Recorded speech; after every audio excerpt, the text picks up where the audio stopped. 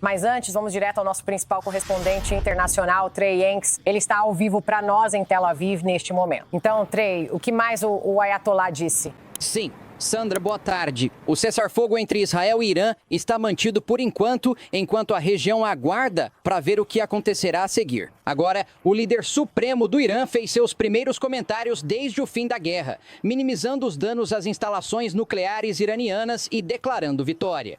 O Ayatollah continuou alertando que o Irã tomaria novas medidas, se necessário. Não houve indicação de quando essas declarações foram gravadas. Agradecemos a Deus por ajudar nossas forças armadas a conseguirem penetrar suas defesas avançadas e em múltiplas camadas, colocar muitas de suas áreas urbanas e militares sob pressão com nossos mísseis e arrasá-las com um forte ataque usando nossas armas avançadas. Autoridades israelenses também continuam a reagir à guerra de 12 dias, que incluiu ataques a instalações nucleares, eliminação de cientistas iranianos de alto escalão e assassinato de comandantes da Guarda Revolucionária Iraniana, IRGC. Um novo vídeo divulgado pelas Forças de Defesa de Israel, IDF, mostra caças F-15 israelenses a caminho de realizar uma missão sobre o território iraniano. Aqui em Tel Aviv, a vida voltou ao normal, com lojas e cafés abertos novamente. Cenas semelhantes se repetiram em Teherã, à medida que a cidade voltava à vida. Estávamos em Teherã, ocupados com o nosso trabalho.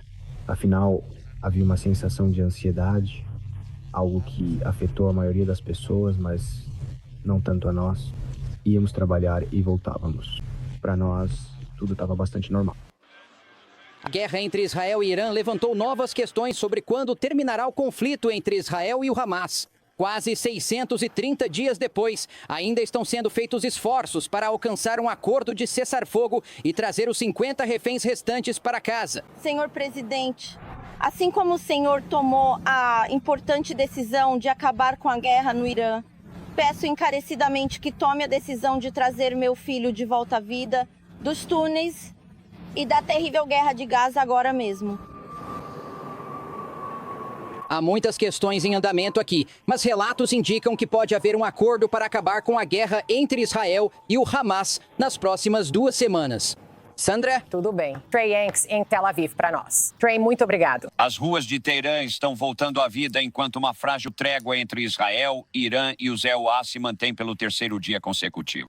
Mas em sua primeira aparição, desde os ataques aéreos às instalações nucleares de seu país, o líder supremo do Irã soou desafiador, declarando vitória sobre os EUA e Israel e ameaçando mais ataques a bases americanas caso a trégua seja rompida. Esperar que o Irã se renda a outro país é uma dessas alegações absurdas e falsas que certamente serão ridicularizadas. O processo diplomático está em andamento. Autoridades britânicas e europeias se reuniram com negociadores do Irã na quinta-feira, dizendo as conversas foram boas, ambos os lados permanecem cautelosamente otimistas.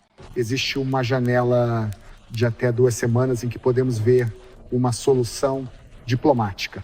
Enquanto isso, inspetores da ONU dizem que querem voltar ao Irã o mais rápido possível para avaliar os danos e garantir que os iranianos não estejam aproveitando o caos para acelerar a produção de uma bomba. A presença da agência no Irã não é algum tipo de gesto generoso, é uma responsabilidade internacional.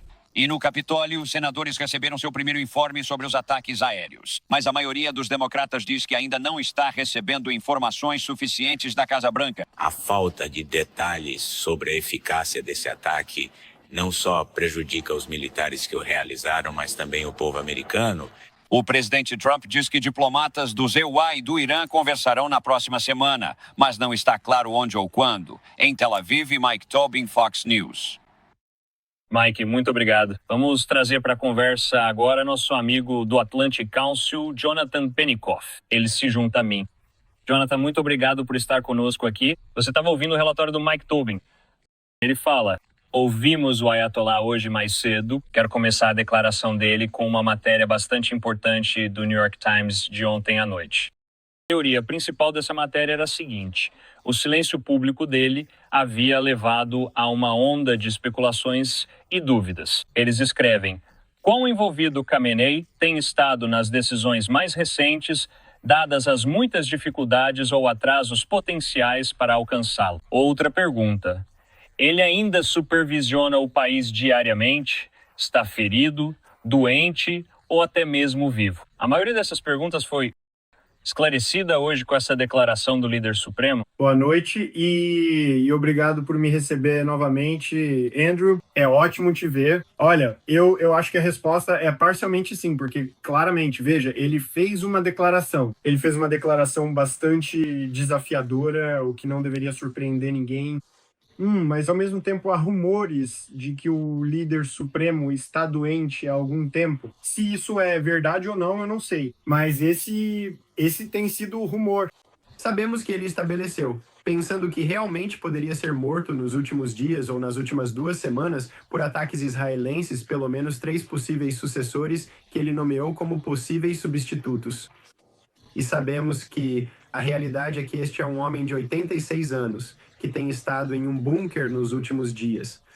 Então veja bem, acho que é um erro enorme dizer quanto tempo resta a um líder, especialmente no Oriente Médio. Elas tendem a durar bastante tempo, Sim. mas eventualmente haverá uma transição. E se a transição acontecer agora, certamente aumentará os desafios e o caos. Se isso acontecer no futuro, em um momento mais estável, então sim, poderá ser uma transição mais estável. Mas ainda há muitas perguntas que não sabemos sobre a liderança no Irã. Sim.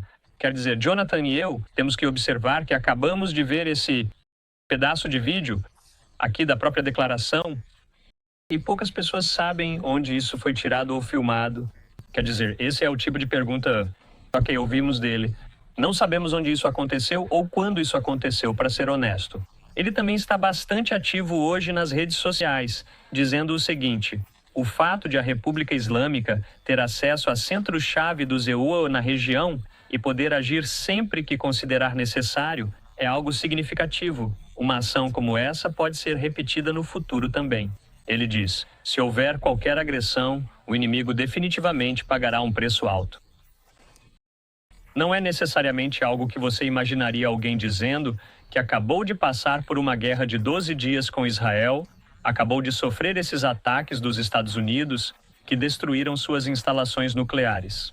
Por que ele está tão confiante? Ele precisa ser assim? É assim que o Irã funciona? É muito importante lembrar que uma grande parte dessa mensagem não é, na verdade, destinada ao Ocidente, mas sim a outros públicos. Muita dessa mensagem é para o público iraniano e para consumo interno.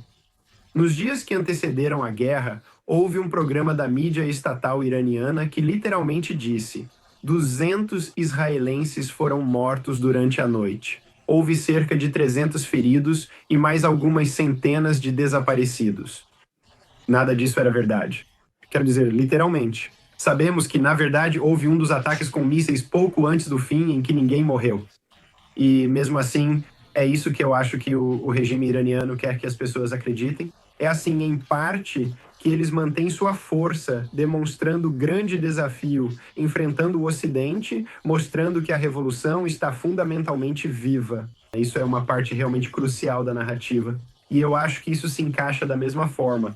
E ver o líder supremo fazer esses comentários e depois quem quer que tenha digitado isso para ele no Twitter ou no X é a mesma coisa, certo? É parte de uma narrativa mais ampla, mas é importante lembrar que é realmente voltado para o público doméstico, se não tanto, se não mais, do que para o Ocidente. Ok, então essa é uma questão um tanto distorcida e confusa. Acabei de pensar nisso, conversando com você. O fato de que os democratas no Senado estão em desacordo com os republicanos e com os oficiais de inteligência lá no Capitólio, eles foram informados hoje sobre essa missão, Operação Martelo da Meia-Noite, sobre se os ataques foram de fato totalmente e completamente bem-sucedidos. Temos ouvido muito a palavra aniquilados. Isso contribui para a narrativa do Ayatollah? Se pessoas nos Estados Unidos, no Capitólio, nas agências de inteligência, na Casa Branca de Trump, se elas estão discordando sobre a eficácia das bombas destruidoras de bunkers, isso é uma vitória de propaganda para ele? Pode ser, sim. A mídia iraniana presta muita atenção ao que está acontecendo no ZEUI. Agora, eles frequentemente interpretam errado. Vimos eles cometerem um erro de cálculo, por exemplo, relacionado aos protestos em campos universitários, relacionados a Gaza e ao impacto que isso realmente teria antes, por exemplo, da eleição. Parecia haver uma visão vinda de Teherã de que, claro, essa geração estava tomando conta de tudo e que o presidente Trump não teria chance de vencer, e isso obviamente se mostrou falso. Eu acho que a realidade é que a política externa e a segurança nacional do EUA, muitos de nós acreditamos que é muito partidária por parte de todos, que é um erro ser partidário. E acho que o que vocês viram no Senado, tanto do lado democrata quanto do republicano, é, na verdade, mais um reflexo do fato de que há muitas perguntas para as quais ainda não temos respostas. E isso vai levar, francamente, mais algumas semanas ou meses. Ok. Acho que as palavras e o uso dos termos obliterado ou destruído são desafiadores, porque acho que muitas pessoas, especialmente nos últimos 20 anos, desde as guerras no Iraque e no Afeganistão, estão acostumadas a ver grandes crateras quando falamos sobre destruição. Esse provavelmente nunca seria o caso no Irã quando se trata do programa nuclear. Na verdade, a questão é mais se o impacto das bombas quebrou, por exemplo, centrífugas muito frágeis e as máquinas que as operam, e isso ainda não sabemos ao certo.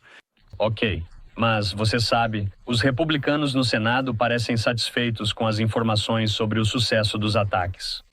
Por que os democratas não... O que mais os democratas precisam ver? Você ouviu aquele trecho no relatório de Mike Tobin, de Richard Blumenthal, de Connecticut. Ele diz... Precisamos ver mais. Bem, o que eles precisam ver? O que é? Bem, para ser sincero, não acho que os democratas estejam completamente errados aqui.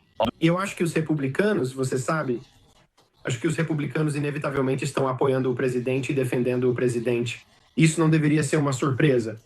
Eu acho que os democratas não têm uma noção completa de quanto foi destruído e acho que é verdade, nós realmente não sabemos disso. Apesar, por exemplo, do briefing do secretário Hagseth e do presidente McCain nesta manhã, ainda há muitas perguntas. E não é por causa de uma falha de inteligência, é só porque ainda é muito cedo. Nas próximas semanas e meses haverá mais informações de inteligência. Neste momento, minha impressão é que há um motivo para o relatório da DIA ter sido de baixa confiança. E não foi porque realmente houve um erro, não. É só porque é muito cedo. Muitas informações ainda estão sendo coletadas e analisadas. E serei honesto, até que algumas pessoas estejam no local, como os inspetores da AIE, é realmente muito difícil dizer se algumas das centrífugas ainda funcionarão ou se elas realmente se tornaram completamente obsoletas. Tudo bem. Jonathan Penikoff, vamos deixar por aqui. Nós apreciamos e valorizamos sua percepção e conhecimento especializado sobre esta região do mundo. Acho que conversaremos em breve. Ok, muito obrigado.